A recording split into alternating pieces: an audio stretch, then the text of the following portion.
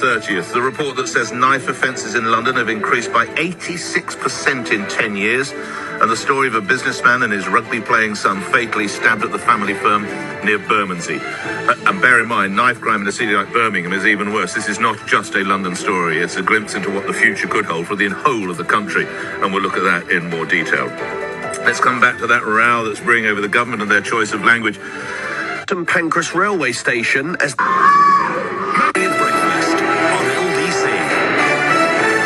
acutely aware as I am that and apologies, by the way, I meant to say that at the end of my conversation with the Transport Secretary. If you want to talk about the recognition of Palestine, I appreciate we had a long conversation. We are going to make more time for that, so I'm sorry if we didn't get to you. Sincere apologies, and it's not because we're trying to not allow you to have your say.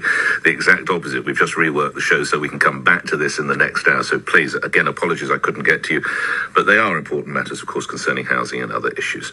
Now, acutely aware as I am that this story mostly reflects on London, it's worth telling you that in Birmingham, per capita, actual knife crime is worse than it is in London. And as often happens in this country, not always, often what happens in a city the size of London is mirrored across the rest of the country. So when I tell you that knife offences here, because I live and work in London, have increased by 86% in a decade, this is research from an organisation from whom you'll hear in a moment. Of course, this does, in a way, track back to views aired in Scotland, in Ayrshire, views aired in Ayrshire, by President Donald Trump, speaking of the London Mayor, Sir Sadiq Khan. Well, I'm not a fan of your mayor. Why not? I think he's done a terrible job, the mayor of London, but a nasty person. I think he's a friend of mine. I think he's done a terrible job, but I would certainly visit London. Do you know, and honestly, this isn't being sort of tabloid journalism here, I can't recall a week now where we haven't covered a stabbing, normally fatal, sometimes serious. The figures we're going to discuss show nationwide an increase of knife offences by 78%. I told you this wasn't a London-only story. In London, 86%. And this comes just a couple of days after a property developer and his son were fatally stabbed at the family-run firm. Terry Macmillan, who was 58, and his son Brendan, who was 27, were the victims of a fatal stabbing, a quadruple stabbing, near London Bridge on Monday afternoon. A man in his 30s is recovering in hospital, as is the 31-year-old suspect under police guard. How many weeks ago was it we were talking about a man who was fatally stabbed for his Rolex watch? It wasn't that long ago, was it? And I'm pretty certain we had a double stabbing earlier this week, which we just didn't have time to get to. This is appalling, isn't it?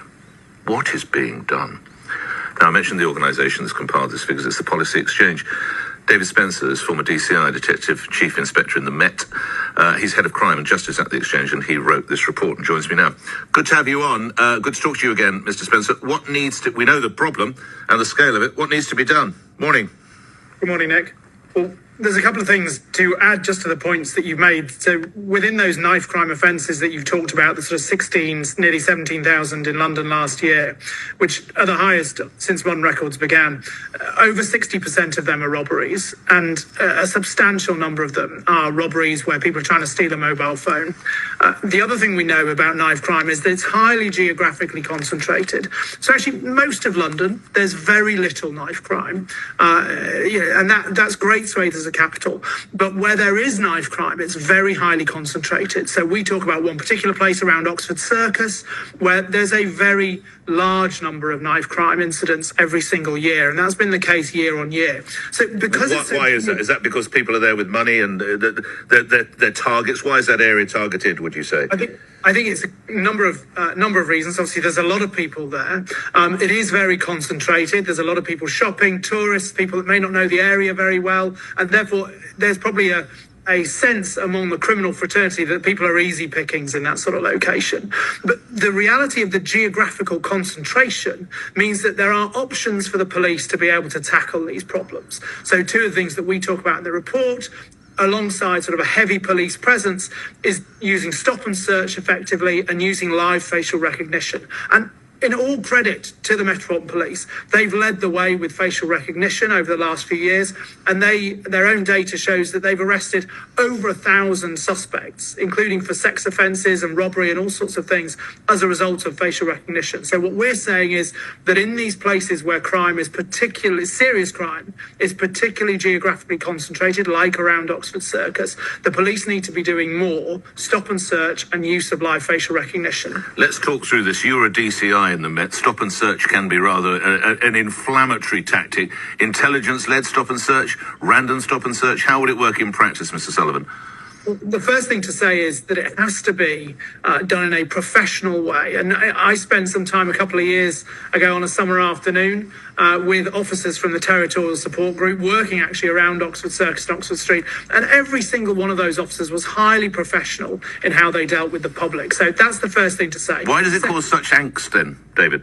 Well, I think the reality is that it is a very intrusive tactic. You know, there is an inherent confrontation in stop and search. Stopping someone, having a conversation with them, looking to look into their pockets, these sorts of things. There is a confrontation. It's very, very uncomfortable. So I do understand why people are concerned about it. But we have to deal with the reality of crime. And you've set it out really well at the beginning of this piece in terms of the volume, the severity of these crimes. And we know from the academic research, so a guy called Lawrence Sherman, who's probably one of the preeminent criminologists in the world at the moment, has done a detailed statistic analysis which shows that increased stop and search leads to fewer knife crime offences and fewer homicides. You know, that's not just the Policy Exchange saying that. That is academic Cambridge University research that's saying that. So I think we need to listen to that sort of evidence. Why is it in the minds of these people that life has become so cheap, Mr. Spencer? I mean, I'm not sure I'm the person that can provide an insight to people. But it has, hasn't it? I mean, in my day, you're considerably younger than I, but in my day, you'd probably get a smack on the nose or something like that if you didn't give you what. Now, you're as likely to get stabbed as anything. Yeah, I mean, I think that's true. And one of the things that I found really shocking when I went out with police officers in Oxford Circus a couple of years ago was that they stopped a couple of teenagers, and they were teenagers. We're talking about sort of 14, 15-year-olds, and they were carrying in their rucksacks enormous machetes. I was genuinely shocked. I was a police officer for a long time. I know you were, yeah.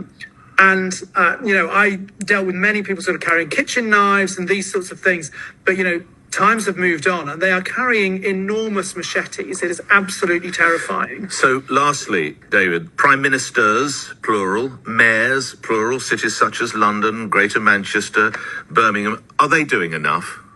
Well, I think, and we set out this in the report, that we need to stop being coy about some of the crimes that we're dealing with. We are talking about very large numbers of offences and offending, and we need to get the police given the powers and backed to be able to do this sort of stuff, stop and search and live facial recognition. And at the moment, some of the backing from political leaders equivocates too much, is insufficiently confident in saying to police officers, you need to get out there and you need to use the lawful powers in an ethical way which Parliament has given you and go and stop these people who are causing carnage on our streets. Grateful for your time today. David Spencer, thank you. You're a Detective Chief Inspector at the Met.